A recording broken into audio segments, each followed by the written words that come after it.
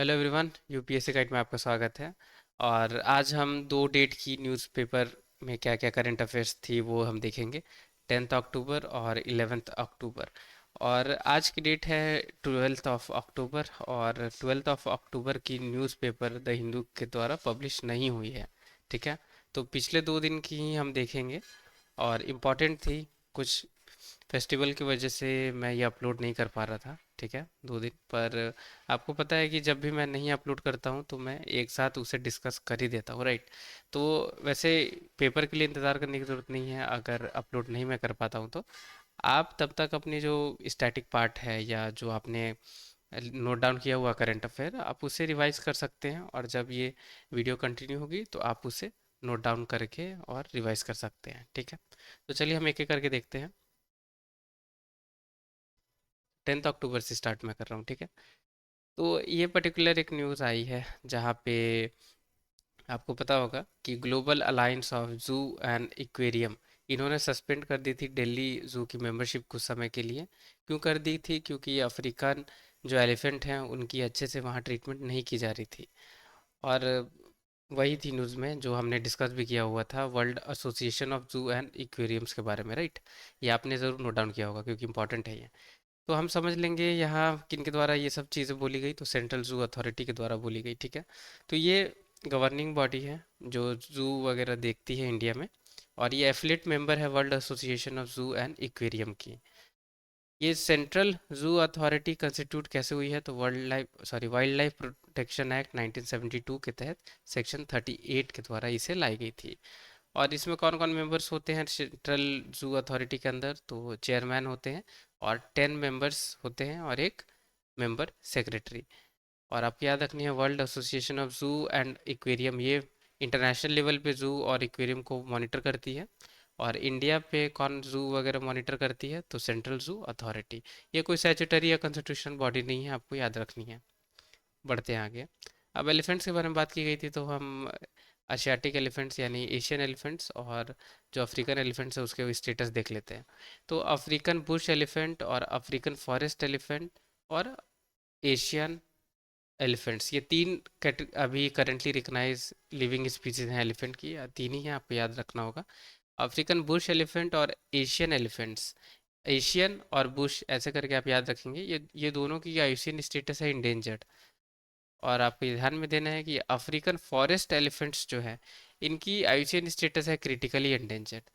तो दो की इंडेंजर्ड है और एक यानी फॉरेस्ट जंगली वाली वो है इंडेंजर्ड, सॉरी क्रिटिकली इंडेंजर्ड। ऐसे आप करके याद रख सकते हैं, फॉरेस्ट वाली है क्रिटिकली इंडेंजर्ड, बुश और एशियन है इंडेंजर्ड। अब हम एशियाटिक एलिफेंट्स के बारे में देख लेते हैं। तो पूरी ये इंडियन सब कॉन्टिनेंट और साउथ ईस्ट एशिया में पाई जाती हैं। स्किन इनकी जो रहती है वो स्मूदर रहती है अफ्रीकन एलिफेंट्स के मुकाबले। और सेकेंड लार्जेस्ट एलिफेंट की स्पीसीज है एशियन या Asiatic elephants, African Bush elephants के बाद। यानी अफ्रीकन बुश एलिफेंट सबसे बड़ी होती हैं, फिर आम, एशियन या एशियाटिक एलिफेंट्स बड़ी होती हैं साइज में, उसके बाद उससे छोटी कौन होती है? तो एक मिनट। तो उसके बाद छोटी कौन रहती है? तो छोटी रहती है अफ्रीकन फॉरेस्ट एलिफेंट्स। साइड्स में एशियाटिक एलिफेंट्स या एशियन एलिफेंट्स को रखा गया है अपेंडिक्स 1 में, साइड्स के अंदर, ठीक है। तो स्टेटस क्या है? तो इंडेंजर्ड, और साइड्स में अपेंडिक्स 1 में है। और जो फीमेल रहती हैं वही पूरी ग्रुप को हेड करती हैं एलिफेंट्स में, ये आपको पता होना चाहिए। और दूर से अगर लॉन्ग डिस्टेंस पे कम्युनिकेट करनी होती है तो कैसे? इंफ्रासोनिक साउंड से, टोन से एक दूसरे से कम्युनिकेट करती हैं एलिफेंट्स। अब बढ़ते हैं आगे। ये एक न्यूज़ आई है नेशनल ह्यूमन राइट कमीशन के बारे में, ठीक है। तो ये जो पार्टी है AIADMK, इन्होंने ये बोला कि नेशनल ह्यूमन राइट कमीशन ने अच्छे से सारी जांच पड़ताल नहीं की है। जो अभी इंडियन एयरफोर्स की जो शो हो रही थी चेन्नई में, वहाँ एक्सीडेंट हो गई थी, राइट, जिसकी वजह से कुछ लोग की डेथ हो गई थी, 5% की डेथ हो गई थी। इसीलिए ये पर्टिकुलर पार्टी ने नेशनल ह्यूमन राइट कमीशन को पॉइंट आउट किया कि आपने अच्छे से वहाँ से इन्वेस्टिगेशन नहीं की, इसीलिए पर्टिकुलर आई थी ये न्यूज़। तो हम देखेंगे नेशनल ह्यूमन राइट कमीशन के बारे में सारी चीज़ें। और ये नेशनल ह्यूमन राइट कमीशन बहुत बार न्यूज़ में आ रही है, इसलिए हमारे प्रीलिम्स के लिए इंपॉर्टेंट हो सकती है। पॉलिटी में ये स्टैटिक पार्ट है क्योंकि, ठीक है। तो आपको याद रखनी है, ये कॉन्स्टिट्यूशन नहीं, स्टैट्यूटरी बॉडी है। और इस्टेब्लिश हुई थी 1903 में। अब national human right commission watchdog है ह्यूमन राइट्स की जितनी भी केसेस होती है इंडिया में उसकी। और ये मल्टी मेंबर बॉडी है जिसमें एक चेयरपर्सन होते हैं और 5 अदर मेंबर्स होते हैं। अब चेयरपर्सन और मेंबर अपॉइंट किए जाते हैं प्रेसिडेंट के द्वारा। और ये कैसे अपॉइंट किए जाते हैं, तो एक कमिटी बनाई जाती है 6 मेंबर कमिटी, जो रिकमेंडेशन देती है प्रेसिडेंट को कि ये रिकमेंडेड पर्सन है, इंडिविजुअल है, इन्हें आप अपॉइंट करें। तो अब ये 6 मेंबर कमेटी में कौन कौन होते हैं इंडिविजुअल, इसे हम देख लेते हैं। तो प्राइम मिनिस्टर इसे लीड करते हैं, ठीक है, यानी चेयरमैन। फिर स्पीकर आते हैं लोकसभा के इसके अंदर। फिर deputy chairman of Rajya Sabha, leader of opposition in both houses, house of parliament के leader of opposition Rajya Sabha Lok Sabha दोनों के। और सेंट्रल एक होम मिनिस्टर इस 6 मेंबर कमेटी में होते हैं। अब हम कंपोजिशन देख लेते हैं। तो चेयरमैन हुए इसमें हुए, और 4 मेंबर्स होते हैं, ठीक है, और 4 डीम्ड मेंबर भी होते हैं, ये भी आपको याद रखना होगी। अब chairman national human right commission के किसे अपॉइंट किया जाएगा, जो retired chief justice of India रहेंगे उन्हें। इसमें एक और मेंबर रहते हैं, वो जज ऑफ सुप्रीम कोर्ट होने चाहिए या chief justice of high court होने चाहिए, ठीक है। जज ऑफ सुप्रीम कोर्ट या chief justice of high court होने चाहिए, वो 4 मेंबर्स में से एक रहते हैं। और 3 मेंबर्स जो रहते हैं वो लिए जाते हैं नॉलेज और प्रैक्टिकल एक्सपीरियंस जिनके पास ह्यूमन राइट्स की होती है, ठीक है। और ये 3 में से एटलीस्ट 1 विमेन इसमें होनी चाहिए, ये यहाँ पे स्पेशल प्रोविजन है, आपको याद रखनी होगी। डीम्ड में कौन कौन आते हैं, तो जितने भी कमीशन है, जैसे national commission for minorities, national commission for schedule caste, national commission for schedule tribes, national commission for womens, national commission for protection of child rights, national commission for backward classes, और chief commissioner of for person with disability. तो इनमें से 4 ex officio भी लिए जाते हैं, deemed members जो रहते हैं, ठीक है। अब आगे हम और डिटेल्स देखते हैं। तो टर्म कितने ईयर के लिए रहती है इनके ऑफिस की, तो 3 ईयर या 70 ईयर एज हो जाते हैं उससे पहले तक, दोनों में से जो अर्लियर होगी उसे कंसिडर किया जाएगा। और ये जितने भी मेंबर्स और चेयरपर्सन होते हैं वो रीअपॉइंट भी किए जा सकते हैं। और प्रेसिडेंट मूव करते हैं, प्रेसिडेंट रिमूव, अपॉइंट भी प्रेसिडेंट करेंगे, रिमूव भी प्रेसिडेंट ही करेंगे नेशनल ह्यूमन राइट कमीशन के मेंबर्स और या चेयरपर्सन को। अब आगे बढ़ते हैं। ये पर्टिकुलर एक न्यूज़ आई है जहाँ पे मालाबार एक्सरसाइज के बारे में बात की गई, जो क्वाड ग्रुप में, क्वाड में जितने भी कंट्रीज हैं उनके द्वारा ये होती है, राइट। तो उसे हम देखेंगे। तो मालाबार ये एक्सरसाइज आपको याद रखनी है, ये मैरीटाइम एक्सरसाइज है। और किसके द्वारा की गई है होस्ट, तो इंडिया के द्वारा। और ये कौन से कंट्री के बीच में होती है, तो क्वाड। अब क्वाड में कौन कौन से मेंबर है, आपको मैंने बिल्कुल बताया है कि ऑस्ट्रेलिया है, जापान है, इंडिया है, यूनाइटेड स्टेट्स। तो ये 4 कंट्रीज मिलके मालाबार एक्सरसाइज, मैरीटाइम एक्सरसाइज है, इसे करती है। और ये बहुत बड़ी एक्सरसाइज होती है, इसलिए ये आपको याद रखनी है। पूछ सकती है मालाबार रिसेंटली न्यूज़ में थी, ये क्या है, ठीक है। हाँ, ये मैरीटाइम एक्सरसाइज है या क्या है, या कौन सी कंट्री के द्वारा होस्ट की गई है, क्योंकि अभी यूपीएससी कुछ भी उल्टे पुल्टे चीज़ें पूछ रही है, right. Military exercise, naval exercise कुछ भी पूछ ले रही है। और ये होस्ट की गई है इंडिया के द्वारा, और क्वाड मेंबर्स में होती है ये एक्सरसाइज, इसलिए ये इंपॉर्टेंट है।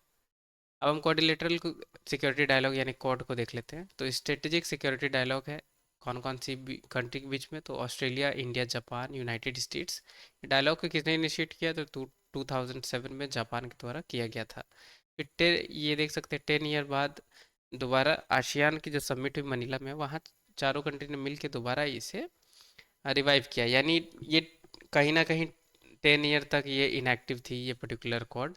फिर बाद में इसे दोबारा रीमर्ज किया गया, क्यों किया गया, क्योंकि चाइना की और मिलिट्री डिप्लोमेसी बहुत ज़्यादा बढ़ गई थी इंडो पैसिफिक रीजन में, इसलिए ये ग्रुप को दोबारा रिवाइज कर दिया गया। और अभी आपको पता होगा जितने भी मेंबर्स हैं कहीं ना कहीं इनकी इश्यूज हैं चाइना के साथ, जैसे जापान की है आइलैंड को लेकर dispute, United states super power को लेकर है डिस्प्यूट, इंडिया बॉर्डर डिस्प्यूट है, राइट। और ऑस्ट्रेलिया में भी ऐसे कुछ किसी चीज़ के लिए थी इसकी भी इश्यूज चाइना के साथ, अभी मुझे याद नहीं आ रही है वो। पर ये जितने भी कंट्रीज हैं कहीं ना कहीं इश्यूज हैं इनकी चाइना के साथ, ठीक है। अभी एक न्यूज़ आई है कि महाराष्ट्र गवर्नमेंट के द्वारा ये कही गई है कि अदर बैकवर्ड क्लासेस को 7 अदर बैकवर्ड क्लासेस कम्युनिटी को आइडेंटिफाई किया गया है। और उन्होंने लिस्ट सेंड किया है कि ये पर्टिकुलर जो कम्युनिटी है ओबीसी की, इन्हें भी ओबीसी वाली लिस्ट में सेंट्रल गवर्नमेंट के द्वारा इसे ऐड करनी चाहिए, तो इसीलिए ये मेंशन थी। तो हमारे लिए इंपॉर्टेंट है national commission for backward classes, क्योंकि उसी के बारे में यहाँ मेंशन थी। तो national commission for backward classes आपको याद रखनी है, ये कॉन्स्टिट्यूशनल बॉडी है, ठीक है। ये कॉन्स्टिट्यूशनल बॉडी है, अंडर की कौन से मिनिस्ट्री की आती है, तो ministry of social justice and empowerment के अंदर आती है। इस्टेब्लिश कैसे हुई है, तो कॉन्स्टिट्यूशनल अमेंडमेंट लाई गई थी 102nd 102 अमेंडमेंट लाई गई थी, उसके द्वारा इसे कॉन्स्टिट्यूशन बॉडी बनाई गई थी। ठीक है, article 338 B of Indian constitution में इसे रखा गया है, आपको याद रखनी होगी। ठीक है, और कैसे कंस्टिट्यूट हुई है, तो national commission for backward classes act 1993 के द्वारा national commission for backward classes को एडमिट किया गया है। तो ये आपको थोड़ी सी याद रखनी होगी कौन सी अमेंडमेंट में आई है। ठीक है, इंडियन कॉन्स्टिट्यूशन में कौन से आर्टिकल में है और किसकी प्रोविजन पे ये कंस्टिट्यूट हुई है, तो ये और ये कॉन्स्टिट्यूशन बॉडी है, स्टैट्यूटरी बॉडी है, कौन से मिनिस्ट्री के अंदर आती है, यानी जितनी भी चीज़ें यहाँ सारी इंपॉर्टेंट है, आपको याद रखनी है। ठीक है, बढ़ते हैं आगे। अब चेयरपर्सन, ये कमीशन के अंदर चेयरपर्सन होते हैं, वाइस चेयरपर्सन होते हैं और 3 मेंबर्स होते हैं। और कंडीशंस जो भी रहती है इनकी सर्विस की, वो डिटरमाइन की जाती है प्रेसिडेंट के द्वारा, यहाँ आपको याद रखनी है। अब चेयरपर्सन, वाइस चेयरपर्सन या अदर मेंबर्स जो भी रहते हैं वो अपॉइंट होते हैं प्रेसिडेंट के द्वारा। और वो कैसे होते हैं, तो by warrant under hand and seal. ठीक है, वारंट के द्वारा ये अपॉइंट किए जाते हैं। और वारंट के द्वारा कौन और अपॉइंट किए जाते हैं, तो आपको पता होगा, गवर्नर। ठीक है, कमीशन के पास पावर है कि वो अपनी खुद की जो प्रोसीजर रहती है उसे रेगुलेट कर सकती है। ठीक है, तो ये कुछ बेसिक चीज़ें थी जो हमें पता होना चाहिए। अभी एक पर्टिकुलर न्यूज़ आई है। ठीक है, दो इसमें स्कीम के बारे में बात की गई है और यूनियन कैबिनेट अभी सोच रही है कि फोर्टिफाइड जो राइस है उसकी सप्लाई बढ़ाई जाए, फ्री वाली जो प्रोवाइड की जाती है। ठीक है, तो इस पे न्यूज़ है, इसमें दो स्कीम्स हैं, वो हम देखेंगे प्रीलिम्स के लिए। सबसे पहले मेंशन थी इंटीग्रेटेड चाइल्ड डेवलपमेंट सर्विस के बारे में। तो ये गवर्नमेंट प्रोग्राम है जिसमें nutrition meal, pre school education, primary health care, immunisation, health checkup, ये सब प्रोवाइड की जाती है जो चिल्ड्रन रहते हैं अंडर 6 एज और उनकी मदर को भी। ठीक है, मदर चाइल्ड दोनों के लिए है ये इंटीग्रेटेड चाइल्ड डेवलपमेंट सर्विस। अब ये स्कीम को लॉन्च की गई थी 1975 में, फिर उसके बाद ये डिसकंटिन्यू हो गई थी, फिर बाद में इसे 10th 5 ईयर प्लान के द्वारा इसे दोबारा लाया गया था। ठीक है, और ये प्रोग्राम क्या करती है, तो ये जेंडर इक्वालिटी प्रमोट करने की ये कोशिश करती है। ठीक है, बेसिक चीज़ें हैं, ज़्यादा इसमें तामझाम नहीं है, आप याद रख सकते हैं इसे। ठीक है, याद रखनी अंडर 6 ईयर के लिए है और मदर को भी कवर किया गया है। और 10th वाली जो 5 ईयर प्लान थी उसमें इसे लाया गया था। ठीक है, और जेंडर इक्वालिटी प्रमोट करने की कोशिश की जा रही है। अब प्रधानमंत्री पोषण स्कीम के बारे में हम देखेंगे। ये स्कीम ने किसे रिप्लेस किया है, तो national programme for mid day meal in school या मिड डे मील स्कीम थी, उसी को रिप्लेस करके प्रधानमंत्री पोषण स्कीम लाई गई थी। और ये 5 ईयर के लिए इसे लॉन्च किया गया था 2021 से लेकर 2025 तक। अभी ये फैक्ट्स है कुछ जो डायरेक्टली यूपीएससी पूछती है, पता होना चाहिए। कवर करती है 11.8 करोड़ स्टूडेंट्स को। और आपको यहाँ देखनी है कि क्लास 1 to 8 को ये कवर करती है और 11.2 lakh schools across the country मैंने यानी पैन इंडिया पे ये कवर करती है। तो ये बहुत इंपॉर्टेंट है, ये पता होना चाहिए क्योंकि डायरेक्ट स्टेटमेंट है ये। यूपीएससी चेंज करके ऐसे फैक्ट्स में क्वेश्चन पूछती है स्कीम्स में, इसलिए। अब ये पीएम पोषण स्कीम कौन से मिनिस्ट्री के अंदर आती है, तो मिनिस्ट्री ऑफ एजुकेशन के अंदर आती है, आपको याद रखनी है। पोषण की बात की जा रही थी, आप ऐसा ना वहाँ समझ ले कि ये हेल्थ मिनिस्ट्री के अंदर है, नहीं, ये मिनिस्ट्री ऑफ एजुकेशन के अंदर है। और ये सेंट्रली स्पॉन्सर्ड स्कीम है, ना ही कि centrally sector. Centrally sponsored scheme क्या होती है, आपको मैंने बताया था, ये होती है जहाँ 100% फंडिंग जो रहती है ये स्कीम की, वो यूनियन गवर्नमेंट के द्वारा दी जाती है। यानी यूनियन गवर्नमेंट, सेंट्रल गवर्नमेंट जो है वो रिस्पॉन्सिबल रहती है जितनी भी फंड एलोकेशन होगी स्कीम को रन कराने के लिए। और सेंट्रली सेक्टर स्कीम क्या होती है, जिसमें स्टेट और यूनियन गवर्नमेंट दोनों मिल के फंड को कंट्रीब्यूट करती है और स्कीम को चलाती है। ठीक है, तो सेंट्रली स्पॉन्सर्ड स्कीम है, यानी 100% फंडिंग सेंट्रल गवर्नमेंट के द्वारा है प्रधानमंत्री पोषण स्कीम में, याद रखनी है। ठीक है, ये इंपॉर्टेंट है, प्रीलिम्स में इस पे पूछ सकती है क्योंकि इस पे ज़्यादा डिटेल्स नहीं बन सकती है दो स्टेटमेंट वाली के लिए, हालांकि ये भी इंपॉर्टेंट है, पर स्कीम्स यूपीएससी ज़्यादा पूछती है, इसलिए हमें ये पता होना चाहिए, इसको आप अच्छे से प्रिपेयर करें। पढ़ते हैं आगे। अब ये पर्टिकुलर एक आई है न्यूज़ मॉनेटरी पॉलिसी कमेटी के बारे में। ठीक है, कि 6.5 रेट जो है इंटरेस्ट रेट, इसे चेंज कर दिया गया, तो इसी पे न्यूज़ है। तो मॉनेटरी पॉलिसी कमेटी को हम देखेंगे। तो मॉनेटरी पॉलिसी कमेटी कैसे बनी है, तो सेक्शन 45 ZB RBI एक्ट 1934 के तहत बनी है। और सेंट्रल गवर्नमेंट एम्पावर होती है उन्हीं को द्वारा ही monetary policy sorry monetary policy committee बनी है। अगर मैंने कुछ यहाँ पे प्रोनाउंसिएशन में गलती की होगी पीछे 1-2 सेकंड पहले, तो उसके लिए माफ़ी चाहूँगा, ठीक है। तो मॉनेटरी पॉलिसी कमेटी है, ठीक है। तो मॉनेटरी पॉलिसी कमेटी ये किन के द्वारा बनाई गई है, तो आपको याद रखनी है सेंट्रल गवर्नमेंट के द्वारा बनाई गई है, ठीक है। और 6 मेंबर कमेटी रहती है, याद रखनी है। अब 6 मेंबर कमेटी में कौन कौन है, तो आरबीआई गवर्नर रहते हैं, ठीक है, चेयरपर्सन इसके, आरबीआई जो गवर्नर हैं वो। फिर डिप्टी गवर्नमेंट रहते हैं। फिर बैंक सेंट्रल बोर्ड के द्वारा नॉमिनेट किए जाते हैं बैंक के एक ऑफिसर। और जो 3 और मेंबर्स रहते हैं वो सेंट्रल गवर्नमेंट उसे अपॉइंट करती है, ठीक है। तो 3 ये हो गए, आरबीआई आरबीआई के गवर्नर है वो, डिप्टी गवर्नर हो गए, और एक और ऑफिसर बैंक के। जो भी सेंट्रल बोर्ड, जो आरबीआई की सेंट्रल बोर्ड रहती है वो रिकमेंड करते हैं, वो एक इंडिविजुअल इसमें रहेंगे, और 3 अपॉइंट किए जाएंगे सेंट्रल गवर्नमेंट के द्वारा। अब आर ये क्यों लाई गई है मॉनेटरी पॉलिसी कमेटी, तो ये लाई गई है ताकि प्राइस स्टेबिलिटी को मेंटेन किया जा सके इंडिया में। और जो महंगाई की टारगेट है, इन्फ्लेशन की जो टारगेट है वो 4 ± 2% है, ठीक है। यहाँ नीचे आप देख सकते हैं, इसको मेंटेन कर सके, इसलिए मॉनेटरी पॉलिसी कमेटी को लाई गई थी। अब यूपीएससी ने क्या पूछा था, यूपीएससी ने ये पूछा था कि इसकी मेन एम क्या है, कि मेंटेन प्राइस स्टेबिलिटी, ठीक है। और इसमें कितने मेंबर्स हैं, ये 10 मेंबर बॉडी या 8 मेंबर बॉडी, ऐसा करके यूपीएससी ने पूछा था। तो आपको याद रखनी है 6 मेंबर बॉडी ही है, ठीक है। और कुछ कुछ क्वेश्चन स्टैटिक वाली पार्ट रिपीट भी होती है यूपीएससी में, तो इनडायरेक्टली या डायरेक्टली आपको हेल्प कर सकती है।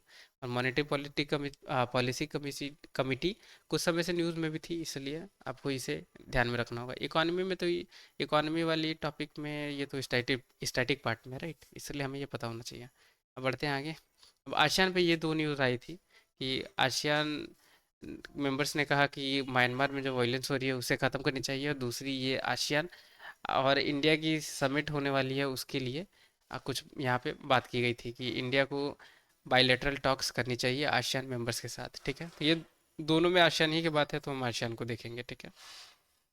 The association of south east Asian nation, जिसे कॉमनली आसियान कहा जाता है, तो ये पॉलिटिकल और इकोनॉमिक यूनियन है 10 कंट्रीज जो साउथ ईस्ट एशिया में है उनकी, तो 10 कंट्रीज हैं, याद रखनी है, और पॉलिटिकल और इकोनॉमिक यूनियन है। इसमें कुछ फैक्ट्स हैं जो डायरेक्टली आ सकती है, हमें पता होना चाहिए। तो 600 मिलियन पीपल को रिप्रेजेंट की जाती है शार्क मेंबर्स के द्वारा, और 4.5 million kilometre square land area ये कवर करती है आसियान के जो मेंबर्स हैं वो। अब ये आसियान में आपको याद रखने की फास्ट ग्रोइंग इकोनॉमी इसमें कवर्ड है, ये जो 10 साउथ ईस्ट की स्टेट है वो। और हेडक्वार्टर्स आसियान के कहाँ है, तो जकार्ता इंडोनेशिया में। अब आसियान सक्सेसर है association of south east Asia ASA की, जो फाउंड की गई थी थाईलैंड, फिलीपींस और मलेशिया के बाद। फिर बाद में 1967 में इसे रिप्लेस करके, यानी फिलीपींस, सिंगापुर, थाईलैंड, मलेशिया और इंडोनेशिया, इन कंट्रीज ने मिलकर आसियान डिक्लेरेशन को साइन किया। उसके बाद association of south east Asia बन गई आसियान, ठीक है। तो ये कुछ हिस्ट्री है, अगर हिस्ट्री पे स्टेटमेंट आती है तो आप सॉल्व कर पाएंगे, ठीक है। अब कौन कौन मेंबर्स हैं यहाँ हम देख सकते हैं। म्यांमार है, लाओस है, थाईलैंड है, वियतनाम है, कंबोडिया है, फिलीपींस है, ब्रूनी है, मलेशिया है, सिंगापुर है और इंडोनेशिया। तो इंडिया मेंबर नहीं है, ठीक है, याद रखनी है। बढ़ते हैं आगे। अब ये हिजबुल्ला पे आई है न्यूज़, आपको पता होना चाहिए कि लेबनान जो कंट्री है इसराइल के ऊपर, ठीक है, उन्हीं में ही ये एक्सट्रीमिस्ट ग्रुप है हिजबुल्ला, तो इसके बारे में न्यूज़ कवर्ड है। वैसे मैंने आपको एक्सट्रीमिस्ट ग्रुप के बारे में बताई थी, मैं दोबारा एक बार रिपीट कर दे रहा हूँ। हमास है, गाज़ा वाली जो एरिया में रहते हैं वो इसराइल में है, ठीक है। हिजबुल्ला ये भी एक्सट्रीमिस्ट ग्रुप है, ये है लेबनान कंट्री में, इसराइल के ऊपर जो कंट्री है, ठीक है। और बोको हराम नाइजीरिया में है, अल शबाब ये सोमालिया में है, ठीक है। और हाउती रेबिलियंस जो एक्सट्रीमिस्ट ग्रुप हैं ये है यमन के, ठीक है। ये कुछ एक्सट्रीमिस्ट ग्रुप हैं, मैच द फॉलोइंग में आ सकती है, इसलिए याद रखनी है। बढ़ते हैं आगे। अब ये केमिस्ट्री में नोबेल प्राइज़ आई है, तो इसे हम देखेंगे। दो मैंने पिछले एडिट में डिस्कस किया हुआ था 1-2 दिन पहले, अब ये तीनों को मैं एक साथ डिस्कस कर दे रहा हूँ क्योंकि मैच द फॉलोइंग में पूछ सकती है। अब यूपीएससी कुछ भी उल्टी पुल्टी चीज़ें अभी पूछ रही है, एकदम बिल्कुल भी एसएससी आरआरबी टाइप की, रेलवे बैंकिंग टाइप की पूछ रही है यूपीएससी क्वेश्चन। अब जैसे बुक किसने पब्लिश किया, मिलिट्री नेवल एक्सरसाइज कौन सी है, मिसाइल कौन सी है, कौन सी कंट्री की है, राइट। ओलंपिक्स के बारे में यूपीएससी पूछ ले रही है, तो अब ये द हिंदू में कवर्ड है स्पेसिफिकली, तो नोबेल प्राइज़ के बारे में भी पता होना चाहिए। मैं तो फॉलोइंग में पूछ सकती है। तो फिजिक्स में मशीन लर्निंग को दी गई है, बायोलॉजी में माइक्रो आरएनए को दी गई है, और केमिस्ट्री में प्रोटीन की डेवलपमेंट को दी गई है, ठीक है। मशीन लर्निंग की डेवलपमेंट, माइक्रो आरएनए और प्रोटीन की डेवलपमेंट में नोबेल प्राइज़ मिली है। अब किसको मिली है, वैसे मुझे नहीं लगता यूपीएससी नाम वाम पूछेगी। अब उतने नीचे हद तक वो गिर भी सकती है, पर बेसिक हमें पता होना चाहिए कि इस चीज़ में मिली है, ठीक है। अब हम बढ़ते हैं आगे। अब ये पर्टिकुलर एक न्यूज़ है जहाँ इसराइल में अभी जो जेनोसाइड हो रही है उस चीज़ को लेकर बोलिविया ने साउथ अफ्रीका को ज्वाइन किया है, ठीक है। तो ये बात चल रही है वहाँ पे, और ये किसके द्वारा की बोली गई है, तो ये international international court of justice के द्वारा कही गई है। तो इस बॉडी को हम देखेंगे, प्रीलिम्स के लिए बॉडी वगैरह इंपॉर्टेंट है। इंटरनेशनल कोर्ट ऑफ जस्टिस, ये एक पूरी वर्ल्ड में ऐसी इंटरनेशनल कोर्ट है जो जनरल डिस्प्यूट जो नेशन के बीच में रहती है, राइट, उसको ये देखती है और अपनी एडवाइजरी ओपिनियन देती है इंटरनेशनल लीगल इश्यूज पे, ठीक है। एडवाइजरी ओपिनियन देती है, याद रखनी है।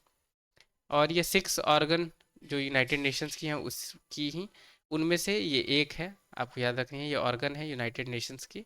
लोकेटेड कहाँ है, तो हेग नीदरलैंड में। और आईसीजे यानी इंटरनेशनल कोर्ट ऑफ जस्टिस, ये सक्सेसर है permanent court of international justice की, यानी पीसीआईजे की, याद रखनी है। जो इस्टेब्लिश कब हुई थी, तो लीग ऑफ नेशंस के द्वारा ये इस्टेब्लिश की गई थी सेकेंड वर्ल्ड वॉर के बाद 1920 में। अब हम बढ़ते हैं आगे।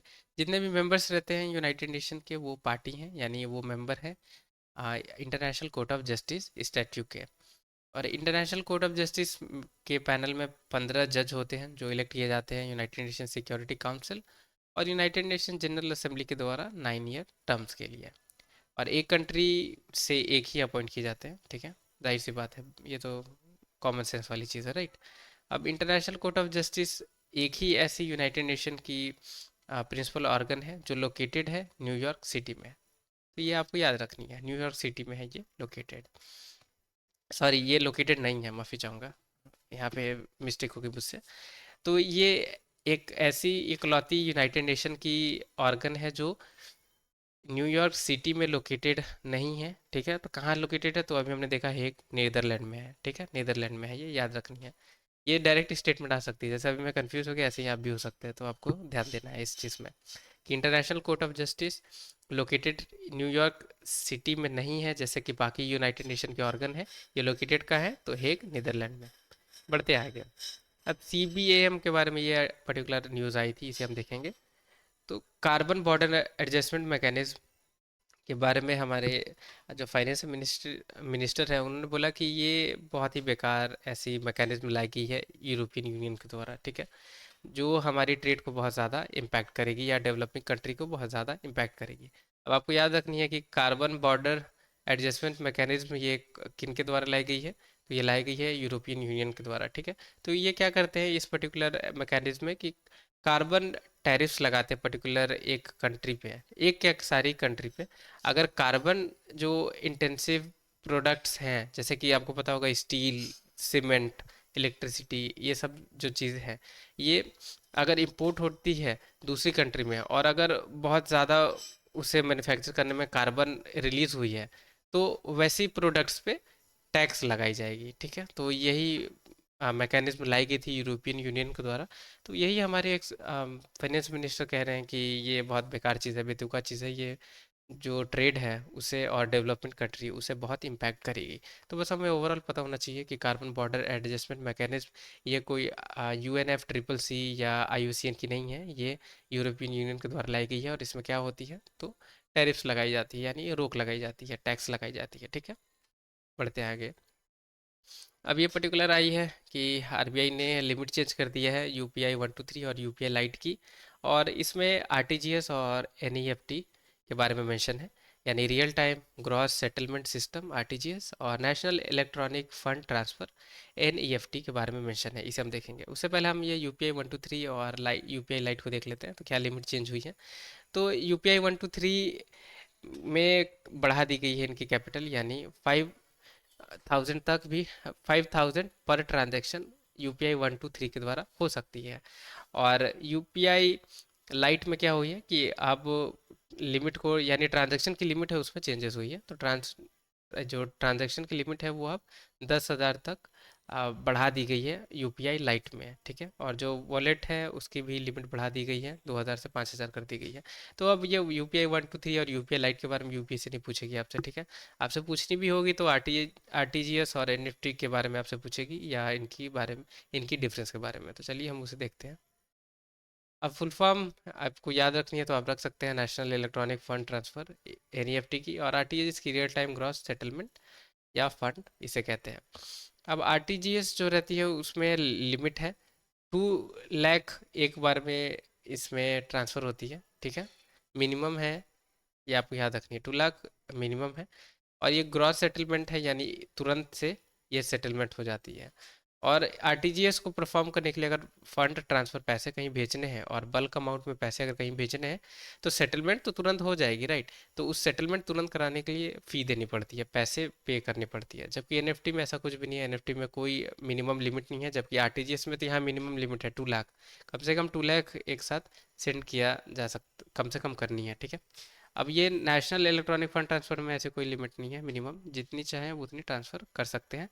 और ये नेट में सेटल होती है, और 2 घंटे पे एनएफटी सेटलमेंट होती है, ठीक है। पैसे भेजने के बाद 2 आवर्स में ये रिफ्लेक्ट करने लगती है। और स्मॉल ट्रांजैक्शन के लिए एनईएफटी है, और बड़ी जो कॉस्टली ट्रांजैक्शन है, यानी अब लाखों लाख में ट्रांसफ़र हो रही है तो उसके लिए, करोड़ों में हो रही है तो उसके लिए आरटीजीएस है। और एनएफटी के लिए भी फ़ी लगती है, ठीक है। तो एनएफटी की फ़ी कम है और आरटीजीएस की ज़्यादा है। क्यों ज़्यादा है? क्योंकि आरटीजीएस में ज़्यादा अमाउंट ट्रांसफ़र होती है और एनएफटी में छोटी अमाउंट ट्रांसफ़र होती है। तो ये कुछ बेसिक डिफरेंस है, हमें पता होना चाहिए आरटीजीएस और एनएफटी के बारे में, ठीक है। बढ़ते हैं आगे। अब ये पर्टिकुलर एक न्यूज़ आई है जहाँ पे बंगाल गवर्नमेंट ने ये कहा कि मनरेगा में जो वेज पेमेंट शुल्क के हैं, उस वो चीज़ क्लियर नहीं हो पा रही है अभी। यानी अब एक अनप्लॉयमेंट अलाउंसेस मनरेगा के अंदर दी जाती है, अभी मैं आपको बताऊंगा आगे। वो दी जाती है, उसमें क्या हो रहती है कि अगर गवर्नमेंट फेल होती है अगर वर्क प्रोवाइड करने में, तो गवर्नमेंट को कंपनसेशन पे करना है, जो लेबर्स हैं या जो भी इंडिविजुअल्स हैं जिन्होंने मनरेगा में इनरोल किया हुआ है। तो उसी पे ये बात की गई है कि जो बेनिफिशियरीज हैं Mahatma Gandhi rural employment guarantee scheme की, उन्हें ये अनएम्प्लॉयमेंट अलाउंसेस नहीं मिली है, ठीक है। उसी पे कलकत्ता गवर्नमेंट ने अपनी कुछ बात रखी है। अब हम देख लेंगे मनरेगा के बारे में क्या क्या डिटेल्स है, ठीक है। तो Mahatma Gandhi national rural employment guarantee scheme, मनरेगा, अब ये लॉन्च कब हुई है? तो 2005 में हुई है, याद रखनी है date. Ministry of rural development के अंदर आती है, याद, ये भी याद रखनी है। अब ये स्कीम में क्या होती है कि 100 डेज की एम्प्लॉयमेंट हर फाइनेंशियल ईयर में अडल्ट मेंबर जो भी रूरल हाउस होल्ड में हैं, जो काम करना चाहते हैं, पब्लिक वर्क करना चाहते हैं, अनस्किल्ड मैनुअल वर्क करना चाहते हैं, यहाँ पे याद रखनी है अनस्किल्ड है, स्किल्ड वर्क नहीं है, ठीक है। अनस्किल्ड जो भी वर्क करना चाहते हैं, पब्लिक वर्क करना चाहते हैं रूरल एरिया में, उन्हें 100 डे की गारंटी एम्प्लॉयमेंट हर फाइनेंशियल ईयर में प्रोवाइड की जाती है। और ये प्रोवाइड अगर नहीं हो पाती है वर्क, तो गवर्नमेंट क्या करेगी? गवर्नमेंट देगी उन्हें अनएम्प्लॉयमेंट अलाउंसेस, ठीक है। और ये असाइन कब होगी? अगर 15 डेज तक अगर वर्क असाइन नहीं हुई है, तो अलाउंसेस कैसे दी जाती है? तो 1/4 दी जाती है, ठीक है। तो जितनी भी उनकी जो भी सैलरी रहेगी, राइट, या जो भी उनकी मिनिमम वेज रहेगी, सैलरी नहीं, मिनिमम मिनिमम जो वेज रहेगी, उसकी 1 पार्ट उन्हें प्रोवाइड की जाएगी, ठीक है। और अगर 30 डेज तक भी अगर वर्क प्रोवाइड नहीं गवर्नमेंट के द्वारा की गई, तो कितनी ये बढ़ जाएगी, ये रेट बढ़ जाएगी, मिनिमम वेज हो जाएगी हाफ, ठीक है। 2/4 हो जाएगी, 2/4 गवर्नमेंट को पे करनी है। तो अब यही न्यूज़ थी कि बंगाल में जो वहाँ की जो गवर्नमेंट है, तो वो ये क्लेम कर रही हैं कि अभी तक जॉब्स नहीं मिली हैं, और बहुत सारे ऐसे इंडिविजुअल्स हैं जिन्हें अभी तक ये अनएम्प्लॉयमेंट अलाउंसेस प्रोवाइड नहीं की गई हैं। अब और डिटेल्स हम देखेंगे। तो वर्क यूजुअली 5 किलोमीटर रेडियस जो भी एप्लीकेंट है उनके घर के आसपास ही उन्हें मिलती है, पर कभी कभी इसके बाहर भी मिल सकती है, क्योंकि ज़रूरी नहीं होगी कि हर टाइम 5 किलोमीटर रेडियस के अंदर ही मिले। अगर बाहर मिलती है या अगर दूसरी विलेज में भी मिलती है तो कोई इशू नहीं है, एक्स्ट्रा उसके लिए भी अलाउंसेस मनरेगा स्कीम के तहत इन जो बेनिफिशरीज हैं, जो इंडिविजुअल्स हैं, उन्हें दी जाती है। अब ये वही सेम बात है कि अलाउंसेस दी जाती हैं अगर वीकली बेसिस पे काम नहीं मिलती है मोर देन 15 डेज, तो अनएम्प्लॉयमेंट अलाउंसेस प्रोवाइड की जाएगी 1/4, और 30 डे के क्रॉस होती है तो कितनी दी जाती है, तो 2/4 यानी हाफ जो मिनिमम वेज है वो प्रोवाइड की जाती है, ठीक है। वुमेंस के लिए गारंटी की गई है 1/3 जॉब्स जो भी अवेलेबल रहेगी मनरेगा के अंदर, आप याद रखनी है, ठीक है। तो 1/3 जॉब्स वुमेंस के लिए रिजर्व की गई हैं, अवेलेबल की गई हैं, ठीक है। और रजिस्ट्रेशन कैसे होती है, तो ग्राम पंचायत में इंडिविजुअल्स जाके रजिस्टर करते हैं और वहीं पे उनकी जॉब कार्ड बनती हैं। अब कौन कौन सी चीज़ कवर्ड हैं ये Mahatma Gandhi national rural employment guarantee scheme के अंदर, तो यहाँ हम देख सकते हैं वाटर कंजर्वेशन या वाटर हार्वेस्टिंग की अगर कुछ बात होगी, या ड्राफ्ट प्रूफिंग जैसे कि अफॉरेस्टेशन, इरिगेशन वर्क रिस्टोर करनी होगी, local water body, land development की बात अगर होगी, फ्लड कंट्रोल के लिए अगर कुछ डेवलपमेंट करनी होगी, राइट, या रूरल कनेक्टिविटी के लिए करनी होगी, तो ये सारी जो वर्क्स हैं ये कवर्ड है Mahatma Gandhi national rural employment guarantee scheme के अंदर, ठीक है। तो ये कुछ बेसिक्स थी, अब इसमें क्या क्या इंपॉर्टेंट है एक बार दोबारा रिपीट कर दे रहा हूँ। एक तो लॉन्चिंग कब इसे लॉन्च किया गया था, ये डेट याद रखें, कौन से मिनिस्ट्री है, कितने दिन के लिए वर्क प्रोवाइड की गई है, और हर ईयर है या पर ईयर है वो याद की गई है, हर 6 मंथ के लिए है या हर 2 ईयर्स के लिए, ये आपको याद रखनी होगी। इसलिए याद रखनी है कि ये हर फाइनेंशियल ईयर में 100 डे की वर्क को गारंटी की जाएगी, ठीक है। और अनएम्प्लॉयमेंट अलाउंसेस भी दी जाती है, 1/4 कब तक दी जाती है, और हाफ 2/4 कब दी जाती है, ये याद रखनी है, 15 दिन पे और 30 डे पे है, ठीक है। और विमेंस के लिए आप याद रखनी है कि 1/3 गारंटी की गई है जॉब्स, ठीक है। और कहाँ पे रजिस्ट्रेशन करनी पड़ती है, रजिस्ट्रेशन ये याद रखनी है, ठीक है।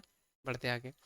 अब ये एक ड्रोन के बारे में बात है न्यूज़ में, MQ-9B, जिसे प्रेडिटर भी कहा जाता है। तो ये ड्रोन के बारे में बात है कि कैबिनेट कमिटी ऑन सिक्योरिटी जो है, CSS, ये अभी सोच रही है इसे प्रिक्योर करने की, और यहाँ देख सकते हैं कि डील को क्लियर भी कर दिया गया है।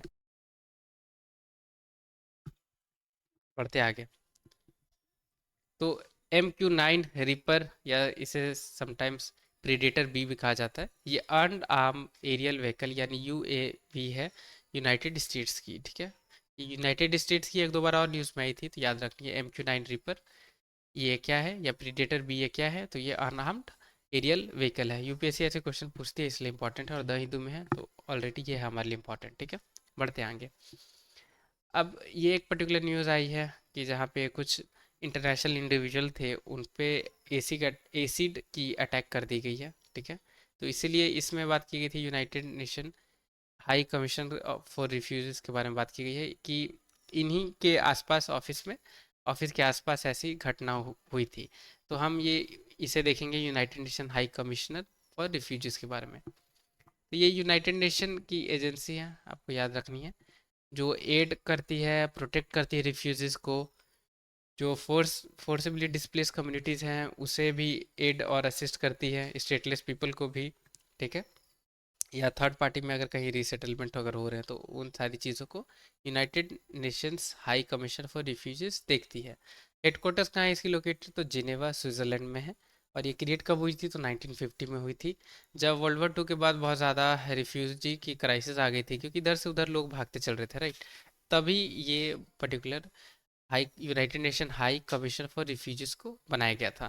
तो ये 2 स्टेटमेंट वाली क्वेश्चन के लिए इंपॉर्टेंट हो सकती है, और एक दो बार और द हिंदू न्यूज़पेपर में ये कवर्ड थी, इसलिए United Nations high commission for refugees के बारे में आपको पता होना चाहिए। अब हम बढ़ते हैं, आज की डेट में क्या क्या न्यूज़ है इसे हम देखेंगे। आज की डेट है 11 आज तो 12 अक्टूबर है, तो आज तो नहीं आई पेपर, तो पर हम 11 अक्टूबर यानी पिछले दिन की देखेंगे। तो ज़्यादा न्यूज़ नहीं है आशियन के बारे में, तो अभी ऑलरेडी हमने डिस्कस किया हुआ है, तो इसे मैं दोबारा इसे नहीं डिस्कस करूँगा, ठीक है। अब ये हरिकेन्स के बारे में यानी ट्रॉपिकल साइक्लोन्स के बारे में न्यूज़ आई है, बहुत ही डिटेल में इसके बारे में मैंने ट्रॉपिकल साइक्लोन और टेम्परेट साइक्लोन, क्यों ट्रॉपिकल साइक्लोन्स आती हैं, राइट, या साइक्लोन्स क्यों आती हैं, कौन कौन सी एरिया में क्या क्या नाम से इसे कहा जाता है, ये सारी चीज़ें मैंने कवर की है, बहुत डिटेल में है। तो यहाँ हड़बड़ी में समझने से अच्छी है वो एक सेपरेट वीडियो है, आप उसे वॉच ज़रूर कर लें। एंड ऑफ द वीडियो में, यानी जब ये वीडियो ख़त्म होने वाली रहेगी तब उसकी आई बटन में मैं लिंक अटैच कर दूंगा, आप उसे क्लिक करके ज़रूर देखें। और अगर उसे नहीं क्लिक कर पा रहे हैं तो कोई इशू नहीं है, आप ऐसा कर सकते हैं, प्लेलिस्ट में जाएं, इन्वायरमेंट वाली सीरीज़ में, या सॉरी ज्योग्राफी वाली सीरीज़ में, आपको वहाँ पे ऑल अबाउट साइक्लोन्स करके वीडियो मिल जाएगी, आप उसे ज़रूर एक बार चेकआउट कर लें। मैं ये चाहता हूँ कि बहुत डिटेल में आप उसे समझें, इसलिए सेपरेट वीडियो है, आप उसे वहाँ पे देखें, ठीक है। अब ये पर्टिकुलर एक आई है न्यूज़, भरतनाट्यम पे है, तो हम इसे देखेंगे, ठीक है। एक मिनट। तो भरतनाट्यम नाट्यम क्या है इसे हम समझेंगे। तो अभी इंडिया में 8 क्लासिकल डांस फॉर्म्स को रिकग्नाइज किया गया है, ठीक है। टोटल, तो टोटल 8 क्लासिकल डांस फॉर्म्स हैं इंडिया में। कौन कौन है? तो भरतनाट्यम, कुचिपुड़ी, कथकली, मोहिनीअट्टम, ओडिसी, मणिपुरी, कथक और सतरिया, ठीक है। ये 8 ही हैं, याद रखनी है। अब हम भर इसमें से इन 8 में से भरतनाट्यम, इसके बारे में ये न्यूज़ आई है, यहाँ इमेज में आप देख सकते हैं, इसलिए हम भरतनाट्यम को देखेंगे। भरतनाट्यम की नेम कहाँ से डिराइव्ड हुई है? तो भरत मुनि और नाट्यम से मिलके ये भरतनाट्यम इसका नाम रखा गया है। ओरिजिन कहाँ हम कैसे इसकी ट्रेस कर सकते हैं ओरिजिन भरतनाट्यम डांस डांस की? तो सदीर करके एक सोलो डांस परफॉर्मेंस की जाती थी टेम्पल्स में देवदासी के द्वारा, ठीक है। तब वहीं से इस डांस फॉर्म की ओरिजिनेशन हुई है। और कहाँ होती थी? तो तमिलनाडु में। याद रखनी है भरतनाट्यम कहाँ होती है? तो भरतनाट्यम तमिलनाडु में होती है, ठीक है। इसीलिए इसे दशयाटम भी कही जाती है, तो याद रखनी है। भरतनाट्यम की दूसरी नाम क्या है? तो दशयाटम है। दशयाटम करके यूपीएससी स्टेटमेंट में पूछ सकती है कि नीचे दी गई ऑप्शन में कौन कौन सी क्लासिकल डांस है, या कौन सी डांस को दशयाटम कही जाती है, या दशयाटम भरतनाट्यम ना करके आपसे डायरेक्टली दशयाटम करके आपसे सारी चीज़ें पूछे, ठीक है। इसलिए आपको याद रखनी होगी। इसमें 4 तांजावुर टीचर्स बहुत फेमस हैं इस डांस की, जिसे तांजौर कॉरेटेड भी कही जाती है। कौन कौन है? तो चिन्ना पोन्ना, विदवेलु और शिवनंदम। स्टेटमेंट में आ सकती है कि ये 4 तांजावुर टीचर्स ये कौन से डांस में इन ये लिंक्ड हैं, या भरतनाट्यम के ये बहुत ही यूनिक कैरेक्टर इन्होंने प्रोवाइड किया, ऐसा करके आ सकती है स्टेटमेंट, इसलिए याद रखनी है आपको, ठीक है। इसलिए इसे तंजौर नाट्यम भी कहा जाता है। तो याद रखनी है, 3 नाम से अभी हमने देख लिया। भरतनाट्यम के नाम से एक जानी जाती है, एक दशयाटम के नाम से, और एक तांजोर नाट्यम के नाम से भरतनाट्यम को जाना जाता है। तो तीनों नाम में से कोई नहीं एक नाम से आपसे पूछ सकती है, इसलिए याद रखनी है। भरतनाट्यम को रेफर किया गया है एज अ फायर डांस, ठीक है, याद रखनी है। और इसमें तांडव और लास्या जो एक्सपेक्ट है, ये दोनों पे ज़्यादा फोकस किया जाता है, और मुद्रा पे भी फोकस की जाती है। और एक इम्पॉर्टेंट इसमें मुद्रा है जिसे कहा जाता है कथका मुक्ता हस्ता, ठीक है। ये प्रिंसिपल मुद्रा है, याद रखनी है। स्टेटमेंट है, डायरेक्टली पूछ सकती है। इसमें क्या होती है कि 3 फिंगर्स को ज्वाइन करके ओम बनाई जाती है, जैसे कि ये देख सकती है, यही है कथा मुक्ता हस्ता। भरतनाट्यम जनरली मोस्टली जो नी पे बेंड होकर ही इसे परफॉर्म किया जाता है। और इसमें एक इम्पॉर्टेंट फेमस एक इसकी कैरेक्टर है, जिसे एक चार या लसम स्टाइल कहा जाता है। ये आपको याद रखनी है, एक चार या लसम स्टाइल भरतनाट्यम से रिलेटेड है। तो ये थी कुछ डिटेल्स जो हमें पता होना चाहिए भरतनाट्यम के बारे में। बढ़ते हैं आगे।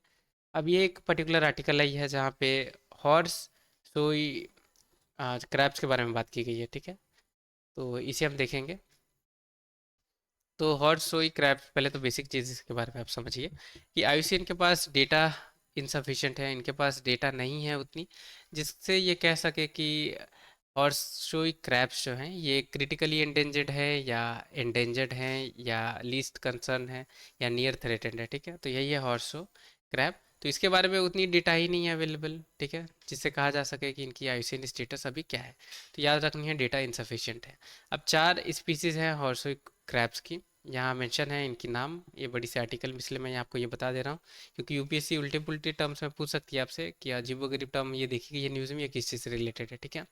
ये मैं रिपीट कर दूंगा नाम, उससे पहले ये आप समझे कि schedule 4 wild life protection act के अंदर हॉर्स क्रैब हॉर्सशू क्रैब्स आते हैं, ठीक है। तो डेटा इंसफिशिएंट है, आयुष्यन के हिसाब से 4 इसकी स्पीसीज है, और शेड्यूल 4 में आते हैं ये डब्ल्यूपीआई के, ठीक है। अब हम देखते हैं क्या क्या क्या नाम है इनकी, ये जो 4 स्पीसीज हैं और जो इस आर्टिकल में कवर्ड थी, मेंशन थी। तो कार्सिनो स्कॉर्पियस रोटिंडी कूडा, ठीक है, कऊडा। बहुत अजीब गरीब नाम है, आप याद रखें इसे, और इसको शॉर्ट ब्रेक करके आप ट्राई करें रिमेम्बर करने की। दूसरी क्या नाम है? तो लिमुलस पॉलीफेमस, ठीक है। ये तीसरी जो स्पीसीज है इसकी नाम है टेचा पेलस गीगास, और फर्स्ट लास्ट स्पीसीज इसकी नाम है टेचा पेलियस ट्रीडेन टेटूस, ठीक है, बहुत अजीबो गरीब नाम है, ये तो बोलने में भी प्रॉब्लम आ रही है। तो आप इसे ब्रेक करके तोड़ तोड़ के आप इसे याद रखें, जैसे कि कार्सिनो करके याद रखें, और एक लिमुलस करके याद रखें, गीगास करके याद आप रखें, फिर टेटूस करके याद रखें। ठीक है, ऐसे ब्रेक करके आप इस अजीब गरीब टर्म को याद रख सकते हैं। ठीक है, इंपॉर्टेंट थी, बहुत बड़ी आर्टिकल आई है, खुद में आप देख ही सकते हैं, पूरी पेज की थी, एक पेज की, इसलिए इंपॉर्टेंट हो सकती है। तो आज इतनी सारी डिटेल्स कवर्ड थी पिछले दो न्यूज़पेपर में, और आज तो न्यूज़पेपर ही पब्लिश नहीं हुई है। अब कल से कंटिन्यू रहेगी, कल जब पेपर आएगी तो फिर डिस्कशन में कंटिन्यू रखूँगा। ठीक है, वैसे आप परेशान होने की ज़रूरत नहीं है अगर मैं वीडियो नहीं अपलोड कर पाता हूँ किसी रीज़न से, तो नेक्स्ट डे मैं उसे कवर कर दूंगा, क्योंकि ये मेरी पूरी रिस्पॉन्सिबिलिटी है कि करेंट अफेयर्स आपकी मैं 98% मैं कवर कर दूं पूरी द हिंदू में जितनी भी है, ताकि प्रीलिम्स में आप अगर क्वेश्चन आती हैं या इससे रिलेटेड अगर क्वेश्चन आती हैं तो आप उसे आसानी से वहाँ सॉल्व कर सकें। ठीक है, और जब अपलोड नहीं करता हूँ तो आप बाकी जो भी आपकी करंट अफेयर जो आपने नोट डाउन करी है, या जो स्टैटिक बुक्स वाली पार्ट है, वो तब तक आप रिवाइज कर सकते हैं, राइट। करंट अफेयर तो क्या है, वो तो आपकी एग्ज़ाम की एक हफ्ते पहले तक आपको कवर करनी होगी। ठीक है, तो ये तो लंबी रेस है करंट अफेयर की, तो ये तो चलती रहेगी, तब तक आप अपनी बाकी जो चीज़ें हैं आप उसको रिवाइज कर सकते हैं। ठीक है, तो अगर वीडियो आपके लिए यूज़फुल रही हो, जो कि मैं समझता हूँ ज़रूर रही होगी, तो आप वीडियो ज़रूर लाइक करें, चैनल पर नए हैं या अभी तक सब्सक्राइब नहीं किया है तो चैनल ज़रूर सब्सक्राइब करें। टिल द टाइम के लिए टेक केयर, हैव अ